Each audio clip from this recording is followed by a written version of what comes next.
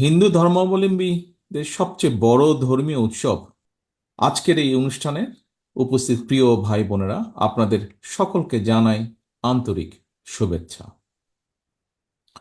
দীর্ঘ 15 বছর পর আপনারা মাফিয়া মুক্ত পরিবেশে আজকের এই অনুষ্ঠানটি উদযাপন করছেন। পূজা উৎসবকে ঘিরে আমাদের বিভিন্ন বক্তারাও তাদের বক্তব্যে বলেছেন, এই বছর বলা যায় বাংলাদেশের কোথাও কোনো অপ্রীতিকর ঘটনা ঘটেনি।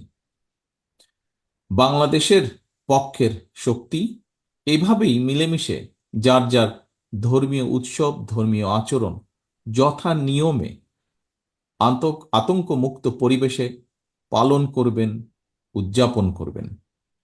এটিই ছিল কিন্তু বাংলাদেশের আবহমান কালের ধর্মীয়, সামাজিক, সাংস্কৃতিক মূল্যবোধ এবং শিক্ষা। প্রতিটি ধর্মের মানুষ তাদের নিজ নিজ ধর্মীয় উৎসব উদযাপন করবেন নিশ্চিন্তে, নিরাপদে। এটিই ছিল একটি স্বাভাবিক রীতি। কিন্তু গত 15 বছর ধরে মাফিয়া শাসনামলে আমরা কি দেখেছি? আমরা সবাই দেখেছি, এই ঘরে উপস্থিত প্রায় প্রতিটি মানুষ, আপনারাও সাক্ষী, সমগ্র দেশের মানুষ দল মত নির্বিশেষে যে কোনো ধর্মের প্রায় সকল মানুষ সাক্ষী।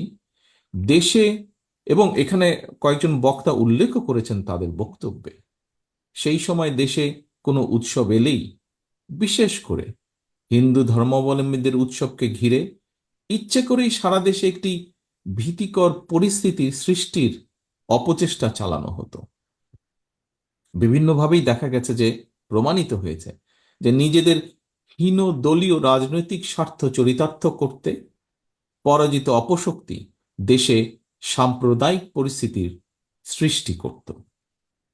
মাফিয়া শাসনের গত 15 বছরে ব্রাহ্মণবাড়িয়া সহ দেশের বিভিন্ন স্থানে ধর্মীয় সংখ্যালঘুদের উপরে হানা নির্যাতনের কোনো একটি ঘটনারও কিন্তু বিচার করা হয়নি। সমাজে এবং রাষ্ট্রে টাকা পাচারকারী, খুনি, ডাকাত, অপরাধী, সন্ত্রাসীদের সবসময় আতঙ্কে, উৎকণ্ঠায় থাকার কথা ছিল বা থাকার কথা, এটিই স্বাভাবিক। অথচ সেই 15 বছর তাবেদার সরকারের সময় আমরা কি দেখলাম? সন্ত্রাসীদের নিরাপত্তা নিশ্চিত করা হয়েছে, বা অন্যান্য আরো যারা সমাজে বিভিন্ন অপকর্মকাণ্ডের সাথে জড়িত তাদের নিরাপত্তা নিশ্চিত করা হয়েছে।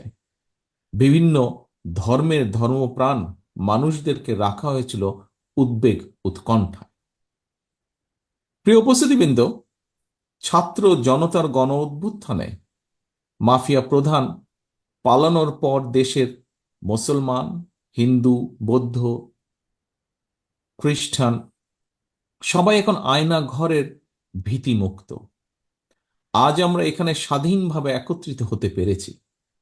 তবে বিভিন্ন ধর্মীয় জনগোষ্ঠীর স্বার্থকে পুঁজি করে কিংবা তাদেরকে ব্যবহার করে পলাতক স্বৈরাচারের তার রেখে যাওয়া দোসররা যাতে কোনো ষড়যন্ত্রের জাল বিস্তার করতে না পারে, সে ব্যাপারে আপনাদেরকে, আমাদেরকে, আমাদের সকলকে সতর্ক থাকতে হবে, যা এরই ভিতরে কিছু কিছু বক্তা তাদের বক্তব্যেও তুলে ধরেছেন।